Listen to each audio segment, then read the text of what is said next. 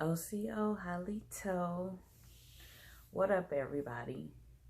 We are up on the solar eclipse. So I just wanted to break down a few spiritual aspects of the solar eclipse. We just had the lunar eclipse.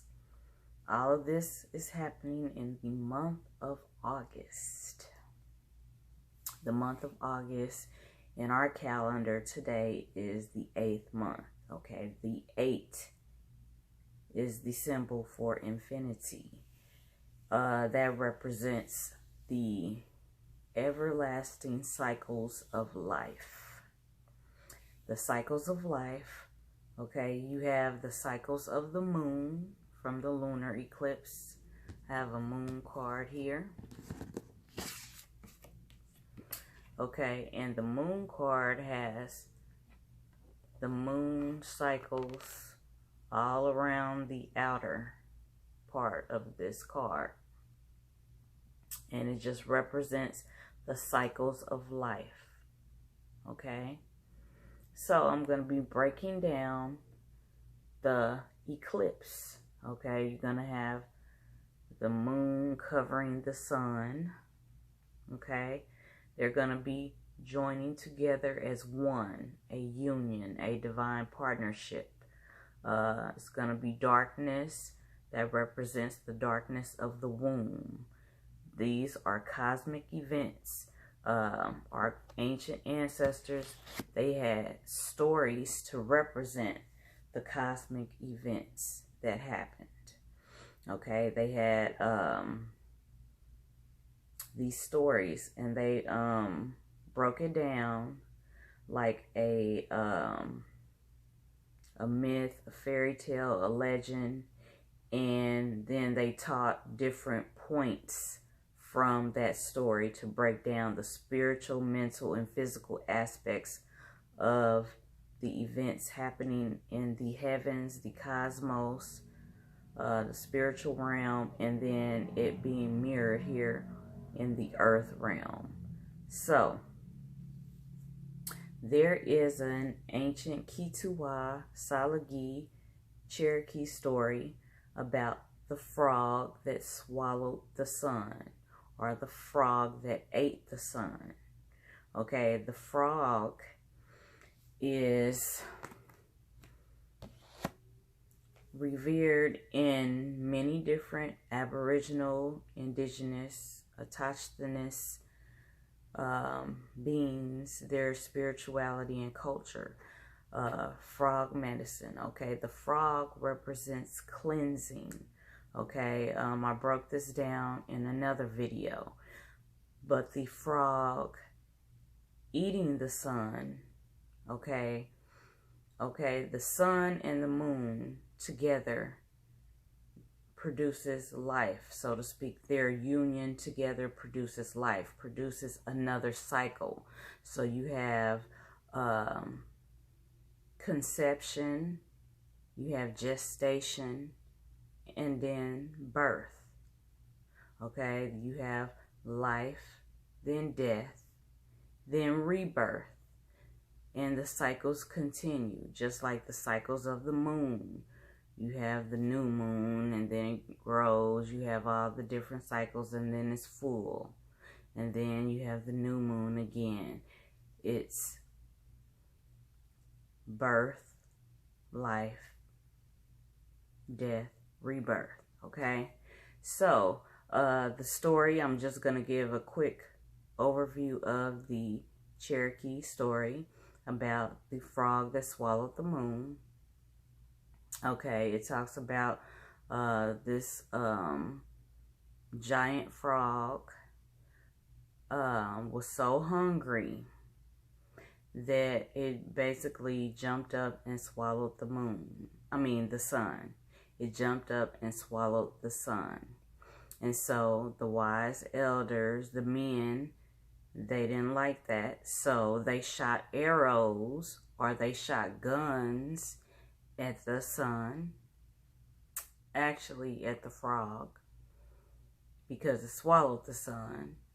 And then the wise women, the beloved women, they banged pots and pans, okay? And they did this. They also, the men also shook the turtle Rattles. And they did these things to scare the frog away from eating the sun. So when they finally scared it away, then the sun came out again. The sun still shines. So I kind of jacked up the story there for a minute, but overall, the frog swallowing the sun. Okay, I relate this to the cleansing. Okay, the cleansing and getting ready for a new cycle. Okay, a new cycle of a new birthing of something. So I have a couple of cards I'm going to break down. Okay, and the frog. Okay, the frog represents the cleansing. The cleansing, and it represents the water element. It brings forth the rain via the ThunderBeings. Okay, the frog calls upon the ThunderBeings, and then they bring the rain.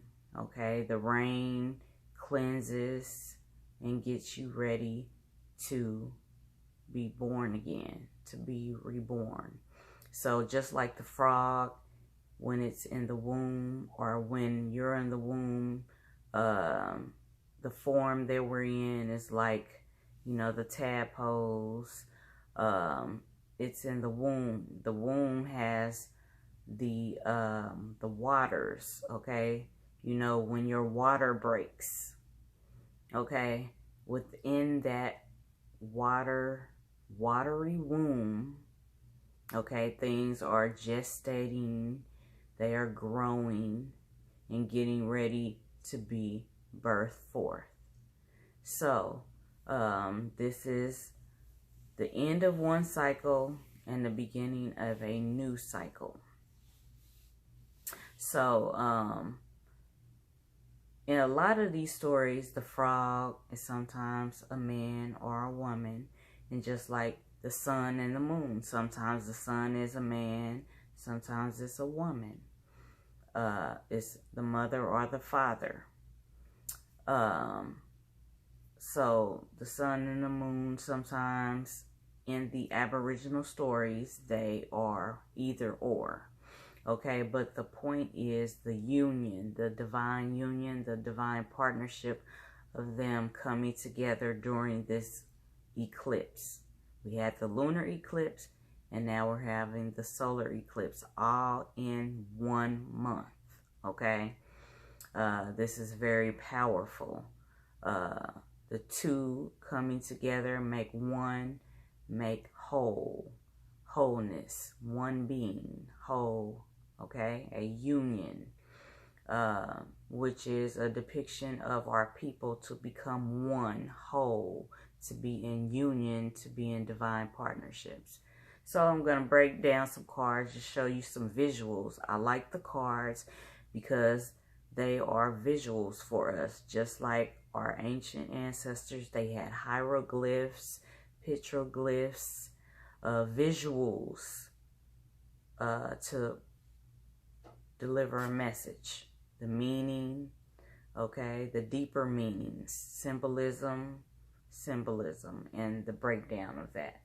So during the sun and moon events in the cosmos, the heavens, that, like I said, they were mirrored here on earth. And so each of the civilizations, they did different ceremonies and rituals during this time. So, all right. So in Teotihuacan, okay, this is in the Americas. You have North, Central, and South America, which is all the Americas. Okay, they had a pyramid of the sun and a pyramid of the moon. okay? And they use this to record also the cycles of time, the cycles of life.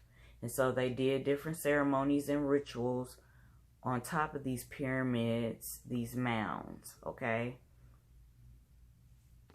So you have Teotihuacan. This is the place where the gods were created, meaning we are the visible images of God, goddess here on earth. So what is in heaven is mirrored here down on earth. So as above, so below on earth as it is in heaven. So you have Teotihuacan. They have the pyramid of the sun, and then you have the pyramid of the moon. Okay, and they saw the significance of both. Okay, you have the cycles of life, changes. You have death and rebirth. Okay, death, rebirth. Like I broke it down before. So we got that, and then in Machu Picchu, and then Tiwanaku. This is in Bolivia, but it's connected to the Machu Picchu. This was like a pre-civilization to the Machu Picchu, okay, the Incas, okay, and they had the pathway of the sun. So they saw the sun as a visual image of divine great spirit, the creator, the creatress, that is up in the sky, and it basically sustains life, okay? And this kind of goes with this card from the Toltec, okay? The Toltecs are descendants of the ancient Xi, Xi, Olmec, the Mayan, the Toltec. They really grasped the spiritual aspects of the Olmec foundational teachings and hieroglyphs, okay? And so this is the sun, okay? The sun is right there, and the rays are coming down to fertilize the earth. So without the sun, we would all die. Without the sun in the sky, we will all die, because we wouldn't have that spiritual, nurturing, powerful energy to fertilize the earth and to give us like vitamin D and things of that nature. And so you see, this is corn. So it's fertilizing the earth, and then what comes forth is the fruit of our labor, okay? The corn. So this is red to represent the blood. The blood carries life. So the sun represents life force energy, okay? So those are those cards. So, and our ancestors mirrored, okay, the sun. And what mirrors the sun here on earth is fire. So we have grandfather fire. So they would have ceremonies and rituals, and a fire would be in the middle, okay? And it is to represent the light of the sun. So different seasons, like in autumn and winter, they really focused on the fire, because we didn't have that many hours of sunlight, okay? So fire, I relate like candlelight, which is still, you have the fire of the flame on the candle, to like the moonlight. The moonlight is a little dimmer than the sunlight, but they both serve a purpose, okay? So the moon, like I said, is like the womb, the cosmic womb that bursts forth life. This fertilizes life. The sun and fire, okay? The sun and fire fertilizes life, okay? So these things work together. This is why I'm always talking about the balance of these things, okay? And when we have this eclipse and them coming together, okay, you have the moon here, okay? This represents the womb, the black hole, the womb of the universe where all things sprung forth, okay? And so these two coming together is going to be darkness for a moment, okay? It's going to be a little light, but it's, you know, it's going to be darkness for a moment. That represents the gestation period, okay? It's like, on one aspect is death, and then on another aspect it is gestation in the womb, because the sun fertilizes the moon, which is the womb, and then 9 months later comes a life, okay? So we have those cards, and I may go back to these. All right. They had their different stories, and it's amazing because these stories of our Aboriginal Indigenous ancestors, they all are related. They are all saying the same thing, even though they may call the sun one thing, the moon another thing, or maybe this one is masculine, this one is feminine, but the messages, the spiritual meanings are the same, okay? And I've been researching and studying this, and a lot of this was brought to me by divine, intuitive, like revelations. So, okay, the Southern Crux. Okay, I had a picture that I did, like a little meme. And it has the sun in the middle and the moon, okay? And you have where the sun and the moon meet the frog, the cleansing frog, okay? So, at the Southern Crux. So, there's like, I'm going to get this diagram, okay? So, here's the diagram, okay? This is where the sun is and where the moon is during this solar eclipse. It's in the middle, okay? So you have this in the middle, and this is representing the Southern Cross or the Southern Crux, okay? This is in the middle, and this represents spiritual things, okay? A visual of divine great spirit, okay? Because divine great spirit is the creator, creatress of life, of all beings, of all things. So this meeting in the middle, we have, where is that one? The sun, the moon, and then you have the frog, okay? The frog is kind of like a catalyst, or like the,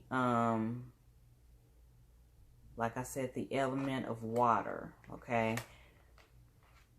The water of the womb, okay? The water of the womb. And in the womb, things are being gestated. They're growing, so it can be birthed forth. Cycles of life, it could be in your life, okay? Like, you starting your new business, like, okay, you quit your job or you lost your job. Now, those plans, those creative plans that you had, those goals, you can focus on those and start working it, and then it can be birthed forth, okay? So, these are just visuals and examples of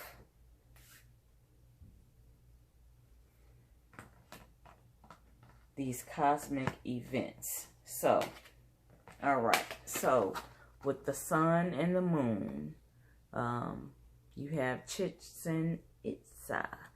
Chichen Itza, okay? All right. The sun, all right? This represents the sun. This is a pyramid of the sun.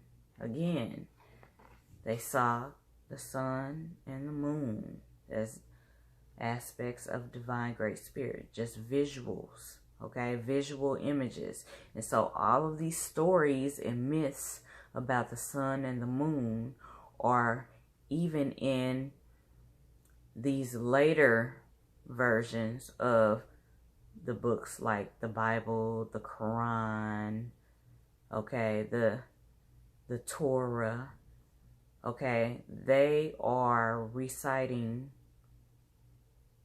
ancient stories, okay, but they have a deeper meaning, and how it's presented today is a little, I won't even say a little, it's a lot of distortion in the stories today. So when you want to understand, overstand, and understand a thing, you want to go back to the origin of a thing, okay? Where did these Abrahamic religions get these stories, fables, parables from? They got them from the ancients, our ancient ancestors. So you want to go back to the origin.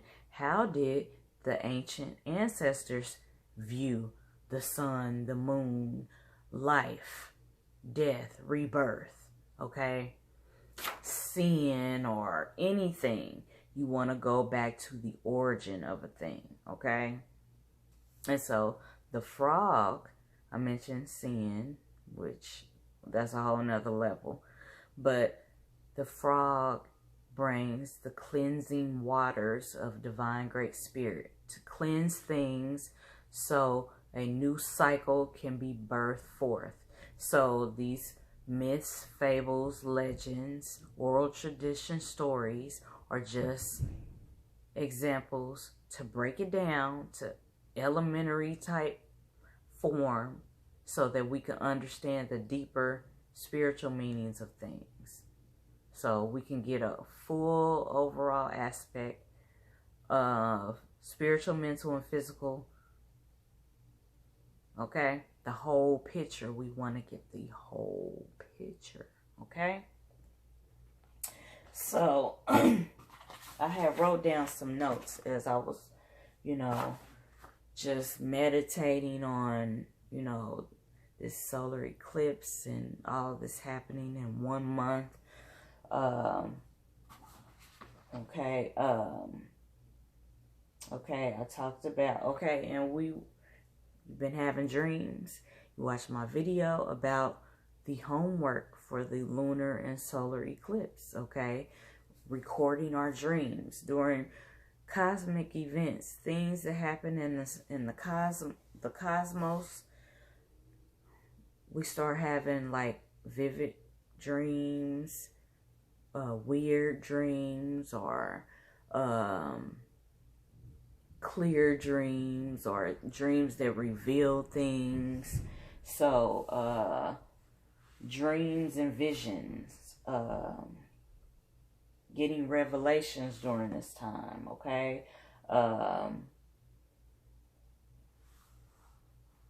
Alright, I talked about that. Okay. I did want to touch on this when I was talking about the Southern Crux, okay? This is why they have the cross symbol. This is why they have the cross symbol, because the cross symbol is really representing the Southern Cross, the Southern Crux in the cosmos, in the sky, in the heavens, okay? And the sun, S-U-N, the sun is there, okay? And you have north, south, east, and west, okay?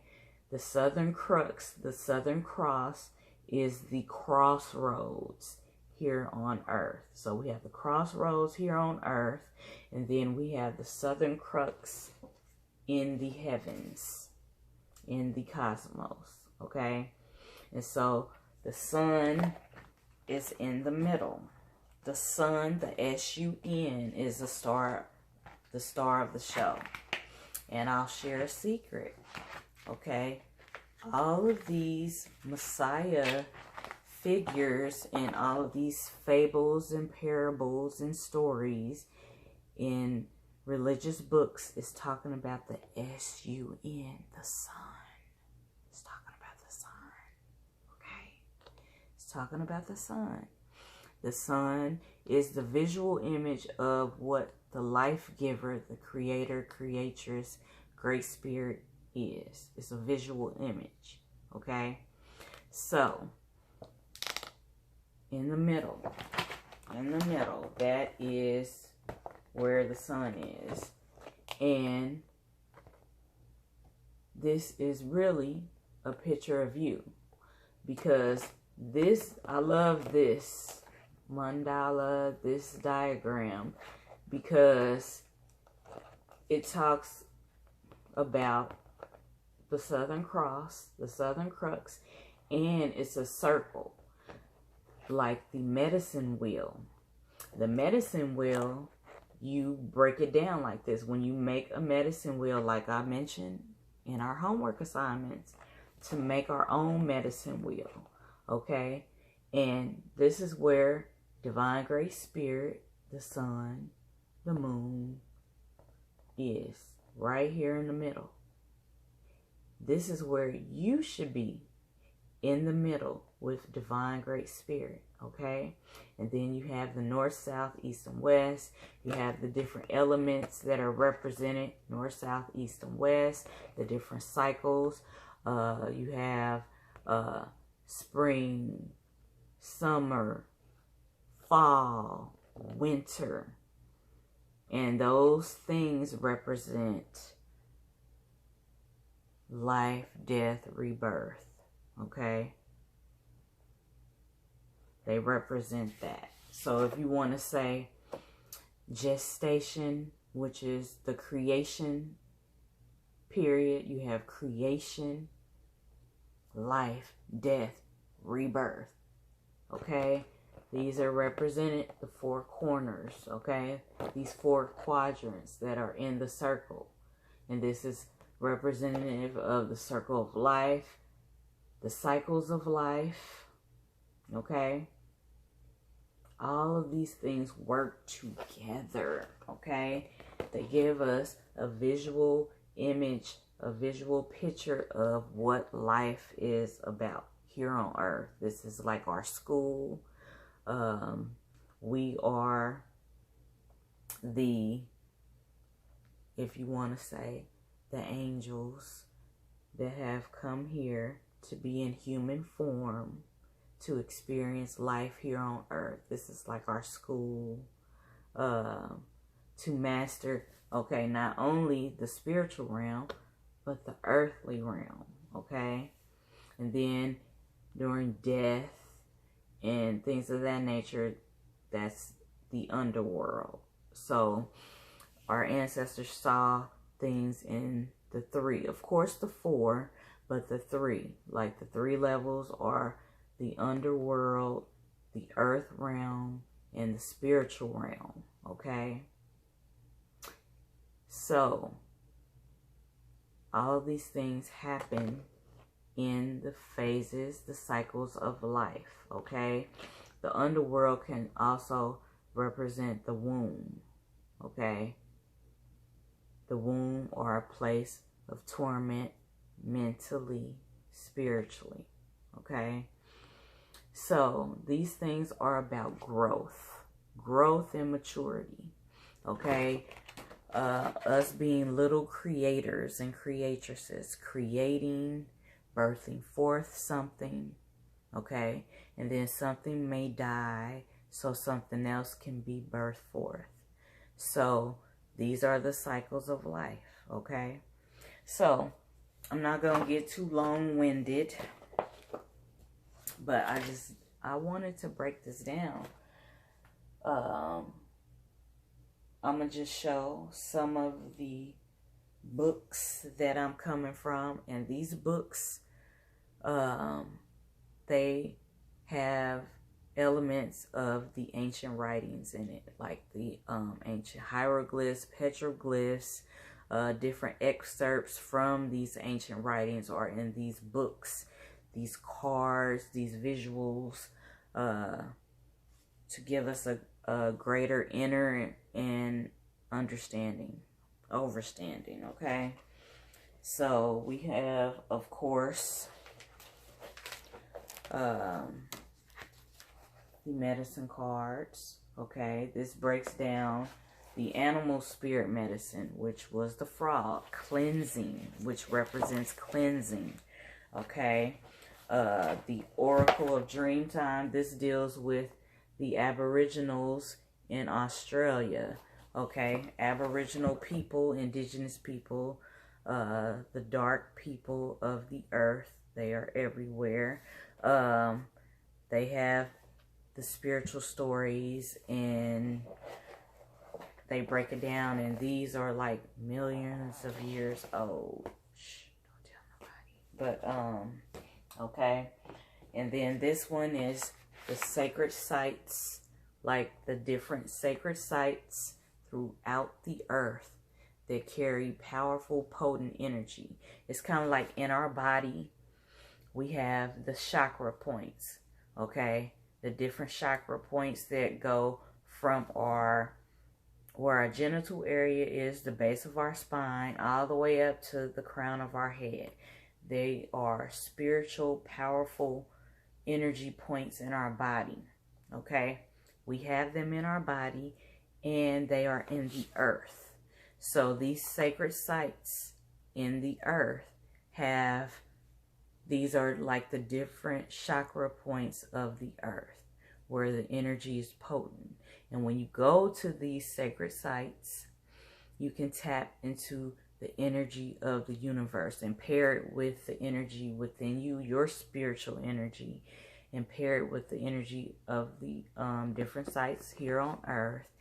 And it brings forth healing, enlightenment, understanding, growth, maturity, things of that nature.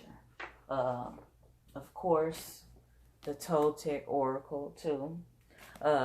This book just breaks down the science of the ancient Olmec Indians, the Aboriginal Indians,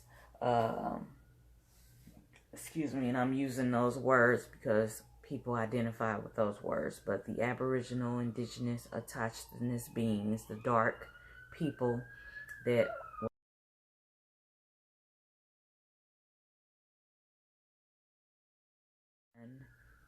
okay. So these are the books that I came from. And these books date back to the Popol Vuh, which is the ancient book, basically, of the Americas, of the dark people, the melanated people that were the original beings here on Earth. Their writings, and then writings from the original beings that were in Australia, okay? The original beings everywhere were the melanated beings, because they were made from the earth. When you see the earth, the dirt, the mud, it's brown, different shades of brown, okay? So, these are their writings. This is their spirituality, their philosophy, how they viewed life. And they lived millions of years ago, thousands of years ago, and we are here, and we are tapping into what they did, what they discovered, and we are rediscovering it. Some writings say that we are the resurrection of our ancestors, so we are here during this time, during this cycle of life, rediscovering it again. and taking it to the next level. So like with these ancient stories, we tell our children, our youth, these stories. We show them the spirituality, the different spiritual ceremonies and practices. And we show them this, we teach them this and the deeper meanings of things so that they will grasp it. And then they will always add their own flavor to it and then teach it to the next generation. It's always taking it to the next level. It's a level of growth. Like we're climbing that pyramid of the sun. We're climbing that pyramid of the moon, of maturity. Okay? So basically, we are in human form, and as we climb these pyramids, so to speak, we reach our divinehood, our godhood. Okay? That is what we are striving for. So in some religious aspects, we get our crown. Okay? We do these things. We learn different life lessons. We mature and we graduate to our divine godhood. Okay? It's the cycle of life. It's a circle. So it's continuous. Like the 8th month, that is infinity. Infinity is infinite, is like on and on and on and on. Eternal, you know, words like that. So I'm going to cut this short, but I'm gonna just skim my notes, make sure I didn't forget nothing. All right. Okay. Okay. So, the frog that swallowed the sun. Okay. This is cleansing to replenish us, refill us, refresh us, replenish the earth, and refill and purify our souls, so to speak. So it's like trial by fire. Fire is the sun. Trial by fire. Okay? And we will always have moments of hibernation time in the womb, in the spiritual womb, since we're already birthed forth. We go into the spiritual womb in spiritual meditation, affirmations, prayer, that type of life, to recharge and go to the next cycle. So after this, you know, then we will have a new moon, so to speak, or a new cycle of life. Okay? Things are renewed, rebirthed. Okay? So it may sound like I'm saying the same thing over and over again, but that's what some awakeners or teachers do to help you understand, overstand it, okay? So that it can sink in. So the visuals, they help.